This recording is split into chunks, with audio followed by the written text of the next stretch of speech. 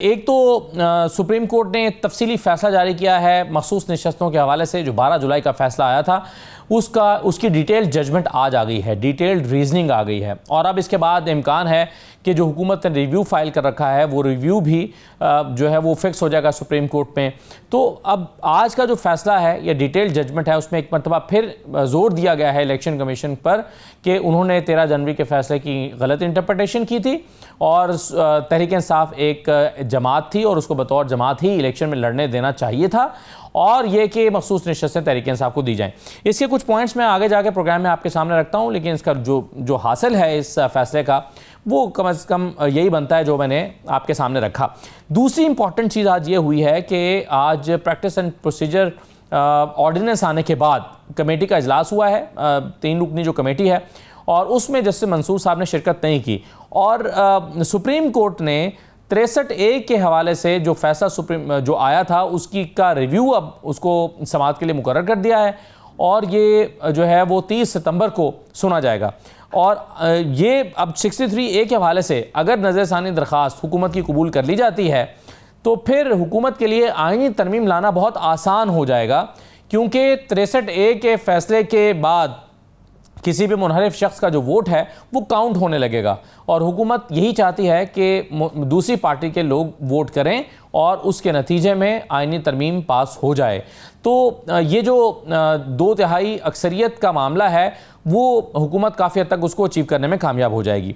और तीसरी important development ये हुई है कि जस्टिस मंसूर अली शाह साहब ने एक तो जो 3 रुकनी कमेटी है जो प्रैक्टिस एंड प्रोसीजर एक्ट के तहत काम करती है उसमें शिरकत नहीं की, और एक ख़त लिख दिया है सेक्रेटरी सुप्रीम कोर्ट कमेटी को, और उसमें उन्होंने तरमीमी ऑर्डिनेंस पर अपने तहफ़्फ़ुज़ात का इजहार किया है।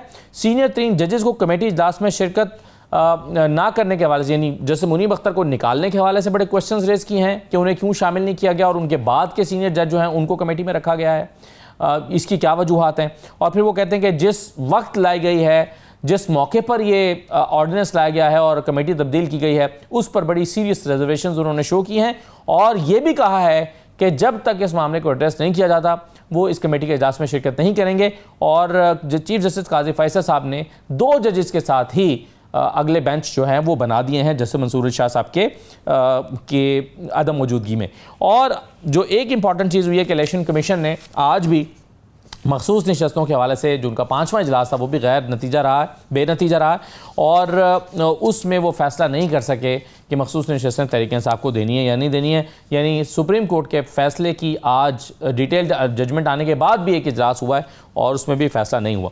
अब मेरे साथ आज के प्रोग्राम में ज़ेब जाफ़र साहबा मौजूद हैं, MNA हैं, मुस्लिम लीग नून की रहनुमा हैं। बहुत शुक्रिया ज़ेब साहबा, खुश आमदीद कहते हैं आपको। मलिक अहमद खान बच्चर साहब हमारे साथ मौजूद हैं, लीडर ऑफ द अपोजिशन है पंजाब असम्बली में, PTI के साथ आपका ताल्लुक है। बहुत शुक्रिया बच्चर साहब, खुश आमदीद।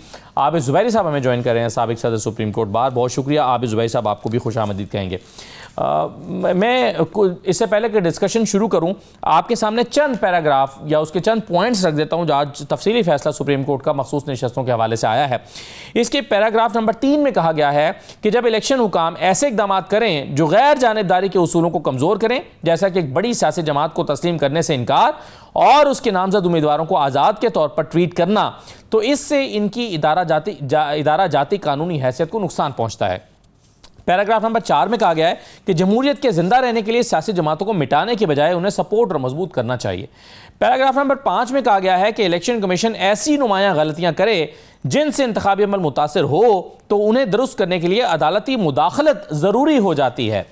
पैराग्राफ नंबर 36 में कहा गया है कि इंटर पार्टी इलेक्शंस ना कराने वाली जमात से इलेक्शंस एक्ट 2009 के तहत सिर्फ इलेक्शन एक्ट जो 209 है उसके तहत वो कहते हैं कि जी इंतखाबी निशान लिया जा सकता है, निशान से महरूम होने वाली पार्टी के दीगर आईनी और कानूनी हुकूक जो हैं वो मुतासिर नहीं होते। फिर पैराग्राफ नंबर 37 में कहा गया है कि अगर सुप्रीम कोर्ट अपने 13 जनवरी के हुक्मनामे में इस कानूनी पोजीशन की वजाहत कर देती तो PTI उम्मीदवारों के स्टेटस या इस जमात के मखसूस नशस्तों के हक के बारे में कोई कन्फ्यूजन ही पैदा ना होती। पैराग्राफ नंबर 46 में कहा गया है कि किसी जमात को इसके नामजद उम्मीदवारों के जरिए इलेक्शन में हिस्सा लेने से महरूम करना इस जमात की सियासी वजूहात को खत्म करता है। 46 में कहा गया है कि किसी पार्टी को इसके नामजद उम्मीदवारों के जरिए इलेक्शन में हिस्सा लेने से महरूम करने का अमल इस पार्टी की तहलील के मुतरादिफ है जो सिर्फ आइन के आर्टिकल 17(2) में फराहम शुदा बुनियादों और तरीक़ेकार पर हो सकती है। फिर पैराग्राफ नंबर 51 अगर आप देखें, उसमें कहा गया है कि इलेक्शन कमीशन और रिटर्निंग अफसरान की जानिब से पीटीआई उम्मीदवारों को आज़ाद करार देने के इकदाम गैर आइनी और गैर कानूनी हैं। 55 में कहा गया है आरओ ने इलेक्शन लड़ने वाली उम्मीदवारों की फहरिस्त के फॉर्म 33 में पीटीआई के नामजद उम्मीदवारों को गलत तौर पर आज़ाद उम्मीदवार जाहिर किया, ऐसा करके गलत किया गया। पैराग्राफ 55 ही में कहा गया है कि इलेक्शन कमीशन ने पीटीआई के जीतने वाले उम्मीदवारों को गलत अंदाज में बतौर आज़ाद उम्मीदवार नोटिफाई किया।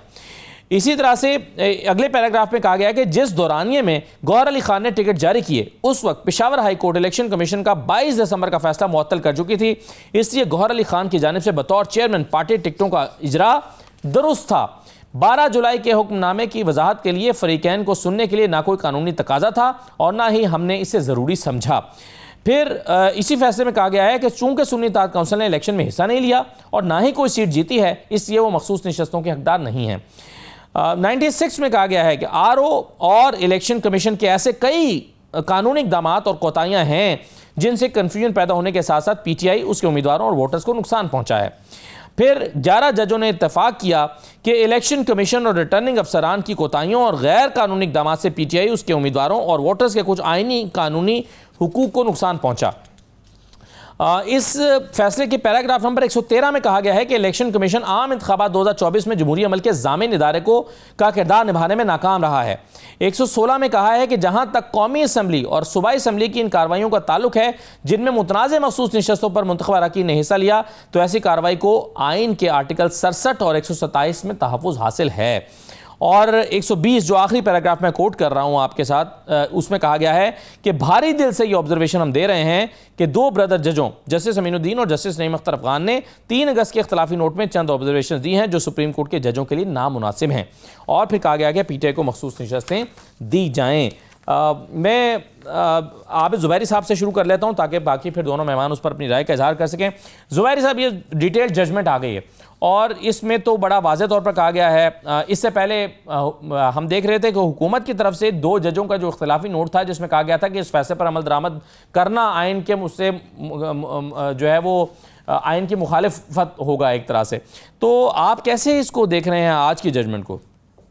हाँ, बिस्मिल्लाहिर्रहमानिर्रहीम। देखिए, एक बात बड़ी साफ़ है, वाज़ेह है कि हमेशा जो कोर्ट का हुक्मनामा होता है वो अक्सरियती फ़ैसला होता है, उसके हम सब पाबंद होते हैं अंडर आर्टिकल 190। तो ये इख्तलाफी नोट जो होता है ये माइनॉरिटी जज, फ़र्ज़ करेगा 15 की भी बेंच है और 8-7 से डिवीज़न हो तो 7 जजेस ने इख्तलाफ किया हो, लेकिन जो जजमेंट होगी कोर्ट की वो 8 जजों की होगी। तो यहाँ एक फैसला आया, बल्कि 11 जजों ने ये कहा कि ये सीटें जो हैं ये पीटीआई की हैं, इलेक्शन कमीशन का फैसला गलत था और ये और बल्ले जजमेंट की मिस इंटरप्रिटेशन की, तो ये पीटीआई की सीटें हैं।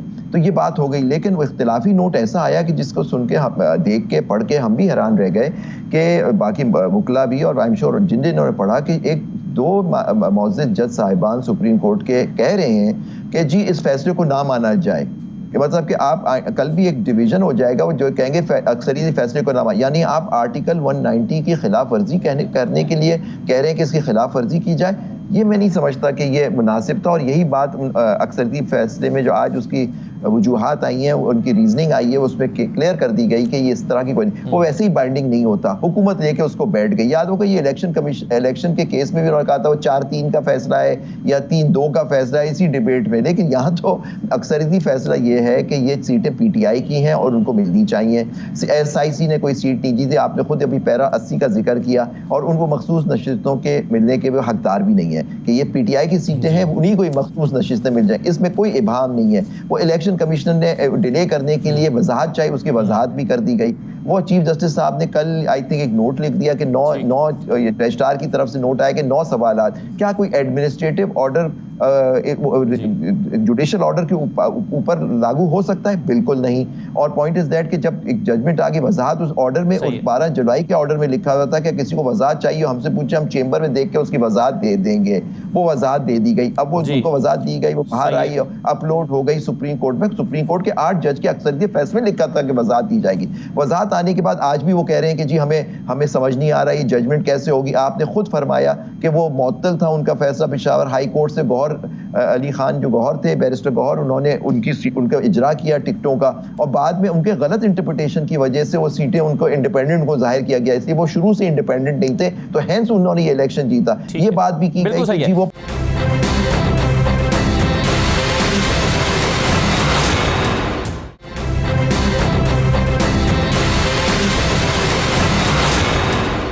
एक चीज़ इसमें उठाई गई है इस एक नुक्ते के तौर पर इस फैसले में, और कहा गया है कि देखिए अगर इलेक्शन कमीशन 11 जजेस इस बात पर मुत्तफिक हैं कि इलेक्शन कमीशन ने 13 जनवरी के फैसले की गलत तशरीह की। जो इसमें चीफ जस्टिस काजी फैसल साहब हैं, वो जिनकी ये जजमेंट थी 13 जनवरी की, वो 13 जनवरी के फैसले को खुद मानते हैं कि मेरे फैसले की गलत इंटरप्रिटेशन की। तो इसमें अगर गलती इलेक्शन कमीशन की है तो उसको कहीं दुरुस्त तो होना है, और अगर उस गलती का नुकसान एक सियासी जमात को पहुंचा है तो उसको रेक्टिफाई करना सुप्रीम कोर्ट की जिम्मेदारी है, ये सुप्रीम कोर्ट ने अपने फैसले में लिखा है। देखिए जी, बिस्मिल्लाहिर्रहमानिर्रहीम, पहले तो इस चीज़ को क्लियर करें कि अगर पीटीआई ने क्या अपनी मखसूस नशिस्तों की लिस्ट दी थी, क्या इनकी मेंबर जो थी कमल शोजत साहिबा, उन्होंने हाई कोर्ट में या सुप्रीम कोर्ट में क्या स्टांस लिया था? उन्होंने तो अपने आप को सुन्नी इत्तेहाद का शो किया था। और अगर आप इलेक्शन एक्ट देखें जी 2017 का, तो वो तो वाज़ेह कहता है कि when you are going for elections, every political party gives the list of reserved seats and minorities। अच्छा ज़ेब साहबा, इसमें ये तो एक फैक्ट के तौर पर जो यानी पीटीआई ने तो अपनी लिस्ट दी हुई है मखसूस नशिस्तों की, जिसमें 2 मेंबर्स के साथ उन्होंने दी थी, जिसमें कमल शोजब का भी एक नाम शामिल था। बहस ये थी कि जी सुन्नी इत्तेहाद काउंसिल ने नहीं दी जी, लेकिन कमल शोजफ ने अपने आप को सुन्नी इत्तेहाद का काउंसिल का बताया था, उसने पीटीआई का नहीं कहा था। अगर आप देखें उनकी जो स्टैंडिंग है हाई कोर्ट में या सुप्रीम कोर्ट में, she did not declare herself from a member of PTI. तो अब आप मुझे ये बताइए, नहीं साहब, आप शायद आपके इल्म में नहीं है, मैं चूंकि इस केस को मुसलसल कवर करता रहा हूं सुप्रीम कोर्ट में जाके, इसमें जो सलमान राजा साहब थे वो पीटीआई की तरफ से कमल शोजब ही के वकील थे, और कमल शोजब पीटीआई के तौर पर अपीयर हुई थी, और जो लिस्ट जमा कराई हुई है इसमें डिबेट ये थी कि सुन्नी इत्तेहाद काउंसिल जो है उसने अपनी लिस्ट नहीं दी हुई है, पीटीआई ने दी हुई थी लिस्ट, उसमें कमल शोजब जो है वो पीटीआई के मेंबर के तौर पर ही लिस्ट में शामिल थी। आपके इन जो पीटीआई के मेंबर्स थे 41 जो थे, उन्होंने अपने आप को शो किया था एक पॉलिटिकल पार्टी से, और 33 गालिबन मेंबर्स जो थे उन्होंने अपने आप को जो है पीटीआई का शो किया था। इफ आई एम करेक्ट, ये मेरा ठीक है जी ये एनालिसिस जी? अच्छा, अब आप मुझे ये बताएं कि अगर आपका इलेक्शन एक्ट कहता है कि you need to provide the list earlier, और आप प्रोवाइड नहीं करते, तो आप किस तरह उसको क्लियर करते हैं कि जी ये हमारे ही जो है कैंडिडेट्स थे, ये हमारी ही सीटें हैं? और अभी 2 महीने पहले आपको पता है कि इलेक्शन एक्ट 2017 में अमेंडमेंट्स भी आई, और तब भी हम देखें वी टुक आवर टाइम, इसमें ये हमेशा पोलिटिसाइज किया गया पीटीआई की तरफ से कि ये जो हमारी सीटें खत्म करने के लिए आई, बल्कि वी टुक 2 मंथ्स, जब हमने सुप्रीम कोर्ट की जो छुट्टियां थी गालिबन, और हमने वेट किया कि अगर कोई और फैसला आना है। बहरहाल जो अमेंडमेंट्स आई, और उसमें क्लियर किया है कि 3 डेज का आपके पास टाइम फ्रेम है कि each candidate has to show his affiliation to a political party, और जब वो इलेक्शन कमीशन अपने इलेक्शन ऑफिस में जाता है अपने रिटर्निंग ऑफिसर के पास, और 3 डेज के बाद उसका वो ड्यूरेशन खत्म हो जाता है अगर वो अपने आप को किसी पॉलिटिकल पार्टी के साथ एफिलिएट नहीं करता या आज़ाद शो करता है। इसी तरह ड्यूरेशन ऑफ टाइम दिया हुआ है कि आप हर पॉलिटिकल पार्टी ने अपनी लिस्टें प्रोवाइड करनी है। तो we are asking within the constitution, within the amendments of the law, इसके ऊपर हम हटके तो नहीं कर रहे। और इसमें ये है कि ज़ेब साहबा, चूंकि आज जो जजमेंट आई है ना, मैं भी इस जजमेंट को पढ़ रहा था, इसमें अब नुक्ता ये जो आप बात कर रही हैं उसका जवाब ये है, वो ये कहते हैं कि जी आज़ाद उम्मीदवार के लिए ये शर्त है कि वो 3 दिन के अंदर पार्टी एफिलिएशन शो करे, लेकिन इन लोगों को आज़ाद गलत डिक्लेयर किया गया था, ये तो थे ही पीटीआई के, इनको आज़ाद डिक्लेयर नहीं किया जा सकता था। नहीं, अब मैं आपको थोड़ा सा करेक्ट करूंगी कि यहाँ पे सिर्फ आजाद उम्मीदवार के लिए है, इसको all political members who are contesting elections. और यहाँ पे इसमें है जी सेक्शन 66 में, provided if a candidate before seeking allotment of a prescribed symbol has not filed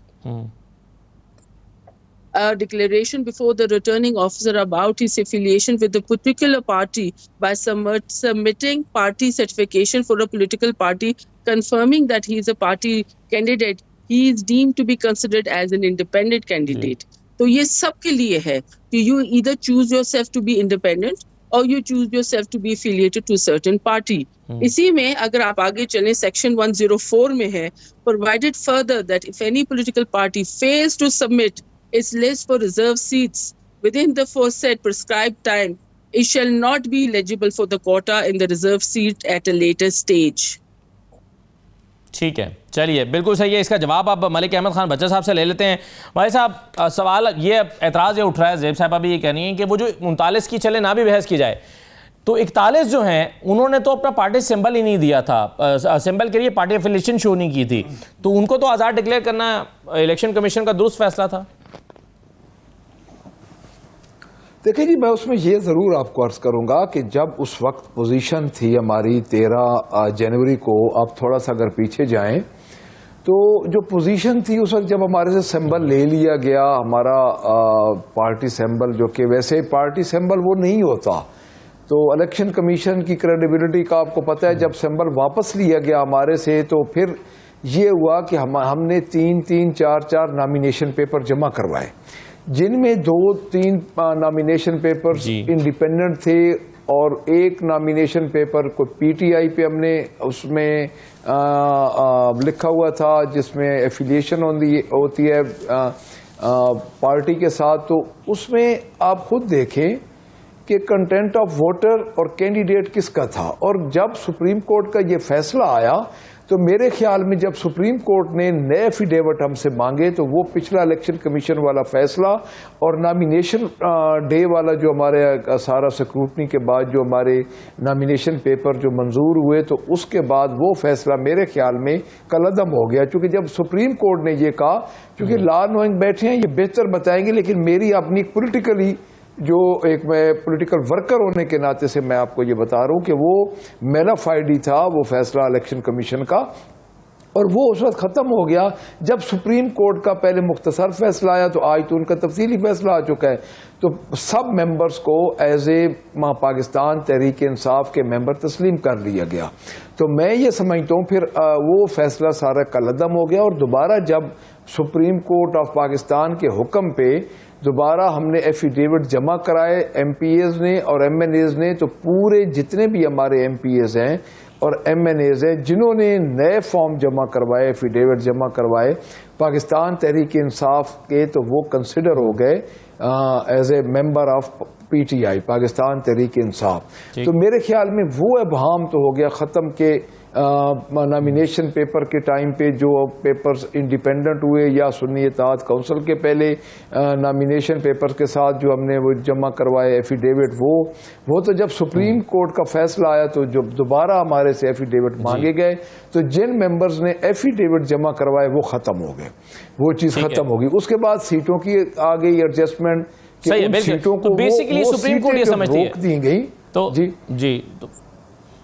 ji supreme court की सुप्रीम कोर्ट के मैं ये कह रहा हूं कि बेसिकली सुप्रीम कोर्ट ये समझ रही है ना बच्चा साहब के जिस जी मैं सर उसमें मेरा पॉइंट सिर्फ ये था कि सुप्रीम कोर्ट ये समझती है कि चूंकि उस वक्त इलेक्शन कमीशन का इन तमाम लोगों को आज़ाद डिक्लेयर करने का फैसला गलत था, इसलिए इन लोगों को जिन्होंने आज़ाद हैसियत में पेपर इनके एक्सेप्ट हुए थे, इनको एक मौका दोबारा फ्राहम करना चाहिए कि ये अपनी पार्टी एफिलिएशन शो कर सकें, क्योंकि इलेक्शन कमीशन की गलती को रेक्टिफाई करने के लिए। Am I correct?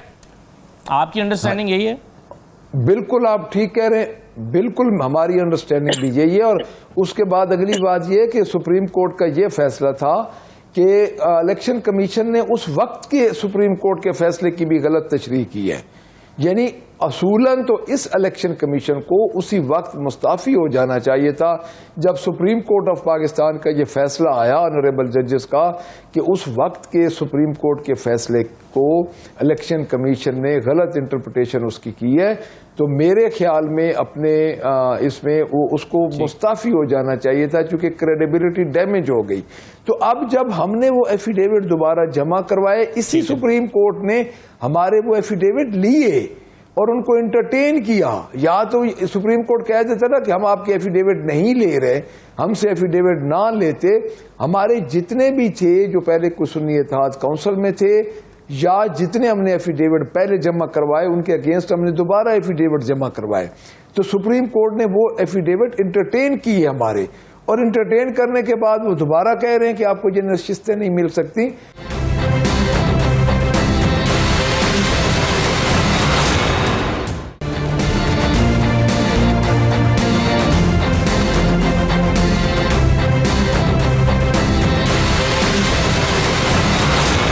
दोबारा खुशामदीद। यासिन आज़ाद साहब, क्या एग्जेक्टिव को ये इख्तियार दिया जा सकता है कि वो सुप्रीम कोर्ट के किसी भी फैसले को खुद से ये डिक्लेयर कर दे कि चूंकि ये गैर आईनी फैसला, इस पर अमल दरामद नहीं हो सकता, इस पर अमल दरामद नहीं किया जाएगा?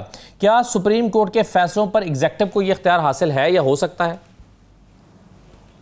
मैं एक बिल्कुल क्लियर बात करने लगा हूँ कि मुझे अफसोस तो इस बात का है कि पाकिस्तान के जो आईनी इदारे हैं वो बजाय कानून और आइन के मुताबिक चलने के अपनी अना की जंग लड़ रहे हैं, और उस अना की जंग की वजह से सबसे ज्यादा नुकसान पाकिस्तान का हो रहा है।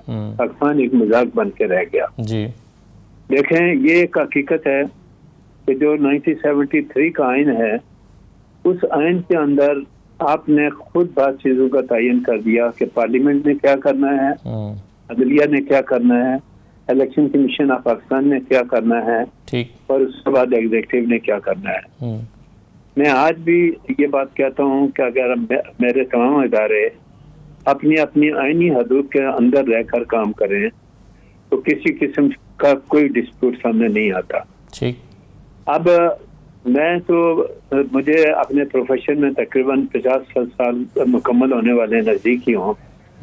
सिंपल ये कहता हूँ कि आप मुझे ये बता दें जी कि माजी में भी ऑनरेबल सुप्रीम कोर्ट में एक वाजिया ग्रुपिंग थी और आज भी एक वाजिया ग्रुपिंग अपनी जगह पे मौजूद है।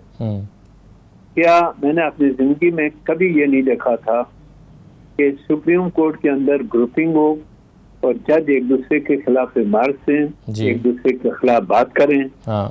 तो अगर जज साहिबान ही एक दूसरे के खिलाफ ये कहते हैं कि ये 2 जज गलत हैं, ये 4 जज गलत हैं, फिर आम आदमी क्या बात करेगा? आम आदमी तो इससे ज्यादा आगे बढ़कर करे। ठीक है।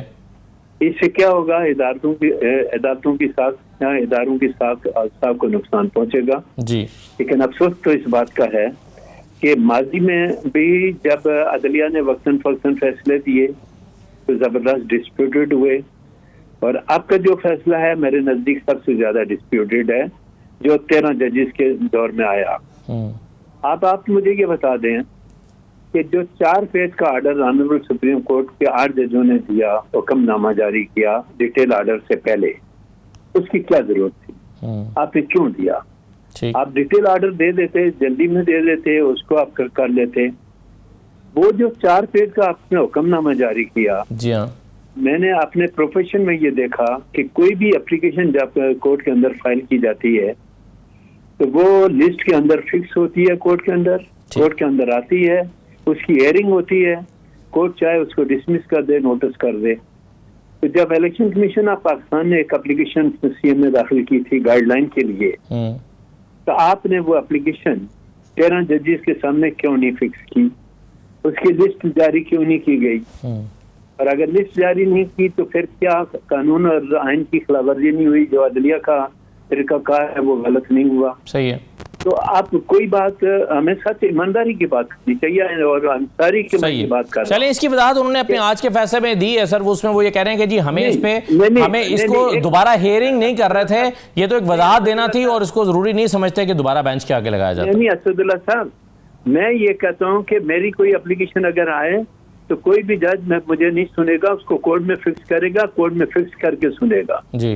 अब जो चीफ जस्टिस ऑफ पाकिस्तान ने जो 6 सवाल उठाए, क्या उससे अदलिया की साख को नुकसान नहीं पहुंचा? कि वो सीएम में कहाँ दाखिल की गई, किस में दाखिल की गई? चीफ जस्टिस ऑफ पाकिस्तान को सीएमए का पता नहीं है कि वो एप्लीकेशन फाइल हुई या नहीं हुई, वो काज लिस्ट के अंदर आई है, काज लिस्ट में नहीं है, अटॉर्नी जनरल को नोटिस नहीं हुए, फ्रीकैन को नोटिस नहीं हुए। लेकिन इस पर सर वो ये कहते हैं कि जी हमने तो एक जजमेंट दी थी और उसमें कहा था कि अगर आपको समझ ना आए तो पूछ लीजिएगा।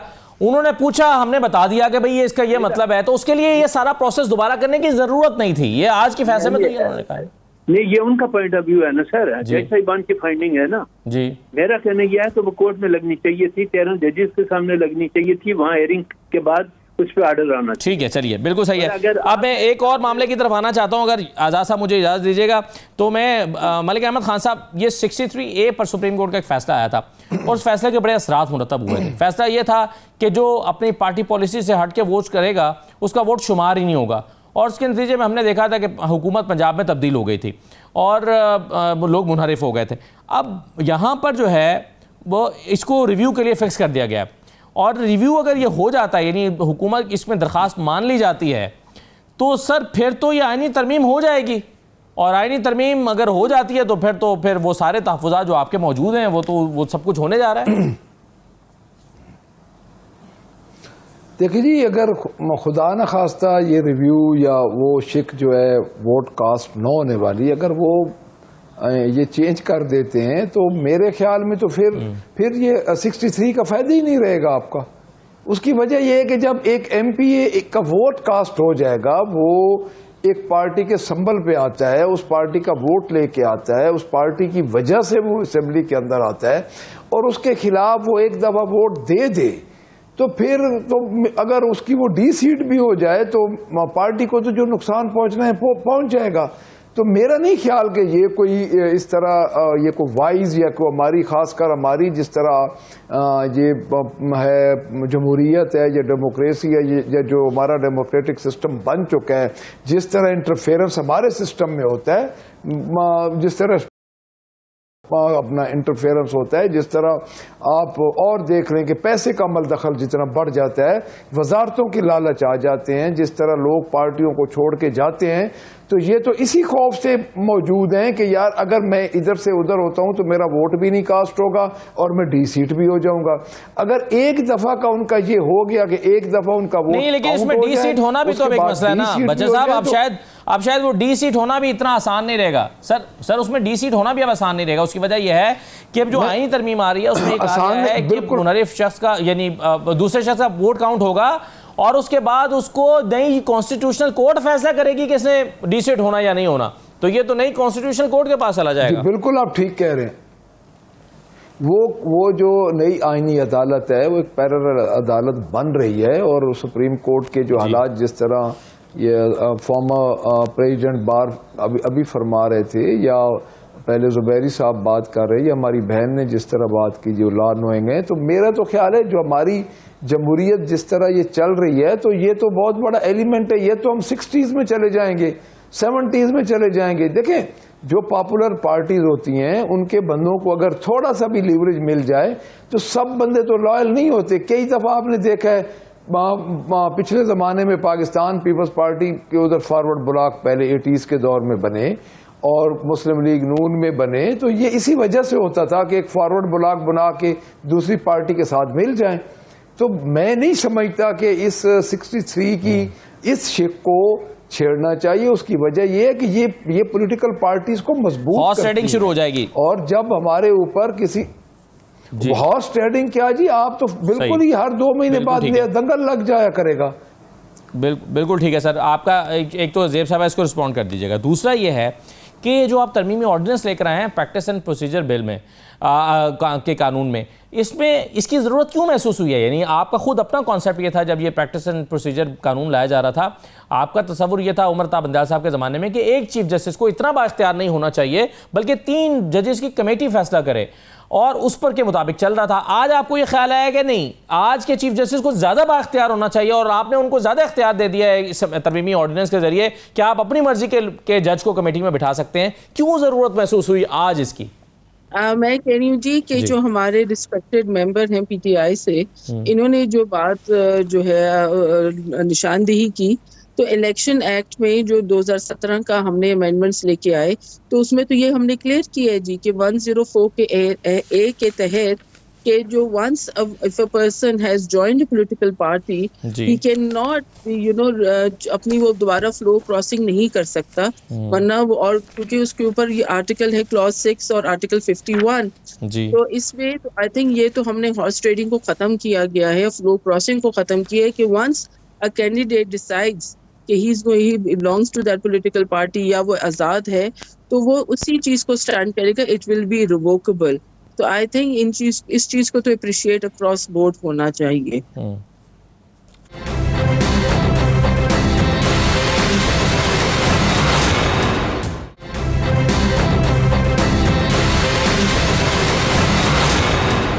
चलिए, अब मेरा सवाल था जी कि ये तरमीमी ऑर्डिनेंस लाने की ज़रूरत क्यों महसूस हुई, जिसमें आज के चीफ जस्टिस को आप समझते हैं ज़्यादा बाइख्तियार होना चाहिए और वो कमेटी अपनी मर्जी के बनाए, अपनी मर्जी के जजेस पर मुश्तमिल। कोई हम लोग जो लेके आ रहे हैं ये ऐसी चीज़ नहीं है कि जो पहली दफ़ा पाकिस्तान में लागू हो रही है या किसी और इंटरनेशनल कोर्ट्स में नहीं है, चाहे अमेरिका हो, समझो हमारी मुस्लिम कंट्रीज जिस तरह इजिप्ट है, वहाँ पे सब पे ये है जी कि आप अपने जो चीफ जस्टिस उनको इतनी अथॉरिटी देते हैं।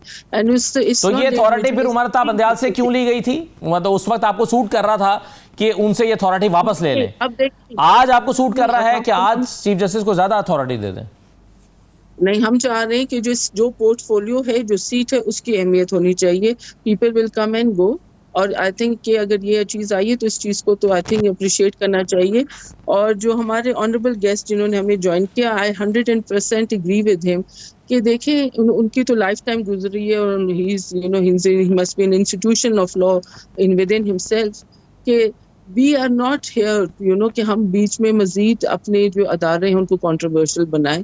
We can not afford it. इस चीज को समझना चाहिए। इट इज नॉट, वो यासीन साहब तो कह रहे हैं कि इदारे खुद कंट्रोवर्शियल खुद को बना रहे हैं ना। ये आइन की जंग उन्होंने कहा ना, ये आइन अपनी अना की जंग है सबकी। तो आई थिंक इसको खत्म होना चाहिए। हर किसी की जो डोमेन है, जो हमारे कॉन्स्टिट्यूशन में हमारे लिए जो बनाई गई, क्लेरिफाई किया हुआ है कि जिसकी जो पोजीशन है उसी में रहने दें और उसी की रिस्पेक्ट करें, तो I think things will start rolling much better. जी यासीन साहब, सर आपके ख्याल में क्यों ज़रूरत महसूस हुई होगी हुकूमत को ये इतनी जल्दबाजी में एक तरमीमी ऑर्डिनेंस लेकर आने की प्रैक्टिस एंड प्रोसीजर में, ताकि जो है वो पहले 3 सीनियर मोस्ट जजेस की कमेटी फैसले कर रही थी, अब चीफ जस्टिस को ही दोबारा इख्तियार दे दिया गया है कि वो अपनी मर्जी की कमेटी बना के और जो है वो रोस्टर बनाएं। आपके ख्याल में क्या ज़रूरत थी इसकी? सर, इसका जवाब देने से पहले मैं सिर्फ एक बात कहना चाहता हूँ कि आर्टिकल 63A की जब अभी बात हुई तो आइन का आर्टिकल 63 आप निकालें, पढ़ लें, देख लें उसको। उसमें ये लिखा हुआ है कि कोई पार्टी का आदमी अगर किसी दूसरी पार्टी को वोट देता है तो वोट काउंट होगा, लेकिन उसको बाद में डी नोटिफाई किया जाएगा जी। तो क्या ऑनरेबल सुप्रीम कोर्ट ने आइन के आर्टिकल 63A के मुताबिक जो फैसला दिया था, क्या वो आइन के मुताबिक था? क्या 63A की रिक्वायरमेंट है? और सवाल ये पैदा होता है कि क्या ऑनरेबल सुप्रीम कोर्ट आइन से हटकर कोई फैसला दे सकती है या आइन के मुताबिक वो फैसला देगी? नंबर 1। अब आपके सवाल दूसरे की तरफ आता हूँ कि जिस मसब्दे की आप बात कर रहे हैं वो मसब्दा अभी आया नहीं, लेकिन चंद दिन आपको पता होगा कि छुट्टियों से पहले जब रिव्यू पिटीशन की बात आई, 3 रिव्यू पिटीशन सुप्रीम कोर्ट के अंदर पेंडिंग है जी। तो honourable chief justice of Pakistan ने कमेटी का इजलास बुलाया और उन्होंने कहा कि हमने छुट्टियों के दौरान जो है सुन्नी इताअत की जो पिटीशन को चलाया और हमने डिसाइड किया और जजमेंट दिया रिजर्व सीटों के मतलब। तो चूंकि आइन जो रिव्यू पिटीशन है वो भी आइनी पिटीशन है, उनको भी छुट्टियों के दौरान सुना जाए। तो वो जो कानून बनाया उसमें चूंकि मेजॉरिटी 2 जजों के डिफरेंट पॉइंट ऑफ व्यू से आ गई जी। आपने फौरी तौर पर चीफ जस्टिस की इख्तियारात को बिल्कुल जीरो करके रख दिया और कहा कि जी रिव्यू पिटीशन जो है छुट्टियों के बाद सुनी जाएंगी, छुट्टियों के दौरान रिव्यू पिटीशन। सर कमेटी का तो यही मकसद था ना कि जो मेजोरिटी की राय होगी वो सबकी राय वो इम्प्लीमेंट होगी। कमेटी बनाने का मकसद तो यही था। नहीं, मैं बात कर रहा हूँ ना कि अभी भी तो कमेटी बनी है ना, ऑर्डिनेंस आया है ना। इससे पहले क्या पाकिस्तान में वक्तन पार्लियामेंट ऑर्डिनेंस? सर लेकिन जब आप चीफ जस्टिस को इख्तियार दे देंगे यासीन साहब, तो फिर कमेटी बनाने की जरूरत ही क्या है? जब चीफ जस्टिस ने अपने मर्जी के जज को लगाकर कमेटी बनानी है तो फिर तो वो खुद फैसला भी कर दें, तो क्या हर्ज है इसमें?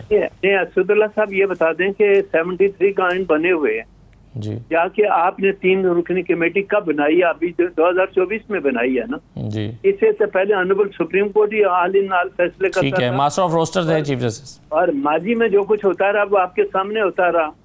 आपको याद होगा कि उस वक्त हम तमाम प्रेसिडेंट सुप्रीम कोर्ट बार के साबका जो हैं, हमने जाके जस्टिस उमर अता बंदयाल साहब से कहा कि लीगल डिस्प्यूट का हल करने के लिए फुल कोर्ट बना दें। हमारी बात को नहीं माना गया, 3 रुकनी बेंच बैठता रहा, आपकी मर्जी से फैसले करता रहा। आज ये नौबत क्यों आई? पर अगर ऑर्डिनेंस जारी हो गया तो वो पार्लियामेंट ने जारी किया ना। तो आज मंसूर अली शाह साहब को जो नहीं, ऑर्डिनेंस तो पार्लियामेंट से जारी नहीं होता। लेकिन यासीन साहब इसमें देखें ना, ये तो इस तरह की अब कल को आपको सूट करेगा कि जी जो 5वें नंबर का जज है वो जरा हमारा हम ख्याल है, तो आप क्या दोबारा तरमीमी ऑर्डिनेंस लाएंगे और कहेंगे कि जी कमेटी बना करेगी, चीफ जस्टिस, सीनियर प्यूनल जज और 5वें नंबर का जज उसमें शामिल हुआ करेगा? तो फिर तो ये हर हुकूमत अपनी मर्जी की कमेटी बनाने के लिए एक तरमीमी ऑर्डिनेंस ले आया करेगी। नहीं, आप हुकूमत पे इल्जाम लगा रहे हैं। आप ये बता दें कि अभी लोअर हाई कोर्ट में से चौथे नंबर वाले का आप सुप्रीम कोर्ट लेके क्यों गए, नंबर 1, और चौथे नंबर वाले को जब आप सुप्रीम कोर्ट लेके गए हैं तो बाद 3 आदमियों का पैनल बना के चीफ जस्टिस आपने नंबर 3 वाले को क्यों बनाया? और सिंध हाई कोर्ट में भी 3 आदमियों का पैनल बनाया और आप ने कहा कि चीफ जस्टिस जो बनेगा 3 के पैनल से बनेगा। तो ये फिर रिक्वायरमेंट सुप्रीम कोर्ट के लिए आप क्यों नहीं करते? सुप्रीम कोर्ट में तो सीनियर मोस्ट का असूल आप अपनाते हैं। तो मेरे नजदीक फिर पहुंचो हाई कोर्ट में। अब तो आ रही है ना आईनी तरमीम आ रही है, उसमें तीन जजों में से ही लगेगा चीफ जस्टिस। ये तो आईनी तरमीम होने जा रही है 63A के बाद, तो यही होना है। अभी हुई नहीं है ना, लेकिन आपने तो पहले ही इस चीज को अडॉप्ट कर लिया ना। हाँ, तो उस कमेटी के अंदर मौजूद थे, तो आपने ये 3 जो आदमी के नाम रिकमेंड किए हैं हाई कोर्ट के हवाले से, वो क्यों किए? सीनियर मोस्ट का सर, लेकिन वो सीनियर मोस्ट का जो कानून है वो तो आप जानते हैं कि आइन में वो तो सिर्फ सुप्रीम कोर्ट के लिए है ना, वो हाई कोर्ट के लिए। सुप्रीम कोर्ट के लिए हाँ, वो तो एक अलग बात है, पार्लियामेंट का इख्तियार है कि वो चाहे तो हाई कोर्ट के लिए भी कर दे। पार्लियामेंट है, जब आप कहते हैं कि पार्लियामेंट का, तो पार्लियामेंट सुप्रीम इदारा है, कानून साजी का इख्तियार उसका है जी। जो कानून वो बनाएगी आप उसकी तशरीह तो कर सकते हैं जी, लेकिन पार्लियामेंट के बनाए हुए कानून को आप रिजेक्ट नहीं कर सकते, आपको उसको मानना पड़ेगा। वरना 1973 का आइन किसने बनाया? पार्लियामेंट ने बनाया है ना, उस वक्त की पार्लियामेंट ने बनाया ना। तो आइन कौन बनाता है? पार्लियामेंट बनाती है। उस पर अमल कौन करता है? तमाम इदारे करते हैं जी। और अगर कोई इदारे में किसी आर्टिकल का आपको इख्तिलाफ है तो उसकी तशरीह सुप्रीम कोर्ट करता है। बिल्कुल सही है। चलिए, क्या कहिएगा बच्चर साहब इस पर? मर्जी का इस्तेमाल। मैं एक बात आपके प्रोग्राम के हवाले से कहना चाहता हूँ, बिल्कुल क्लियर जी। मेरे तमाम मुल्क के इदारे अपनी अना की जंग लड़ रहे हैं, पाकिस्तान के बका की जंग नहीं लड़ रहे, अनफॉर्चुनेटली जी। और ये अनफॉर्चुनेट है, इससे बड़ा नुकसान पहुंचेगा आपको। ये तमाशा बन गए हम दुनिया में तमाशा मत बनाएं। हर इदारे को अपनी आईनी हदूद के अंदर रह के काम करने से तो ज्यादा मुनासिब है, वरना बड़ा मुश्किल हो जाए। बिल्कुल सही है। मलिक अहमद खान साहब, आप क्या कहिएगा? अब ये जो प्रैक्टिस एंड प्रोसीजर के हवाले से एक आईनी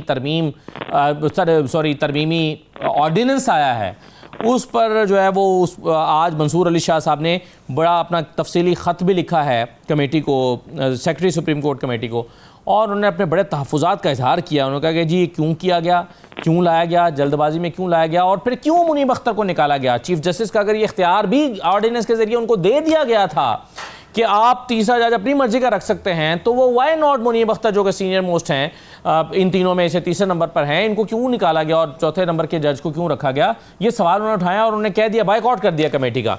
अब कैसे देख रहे हैं आप मामला, कहाँ जाएंगे फिर?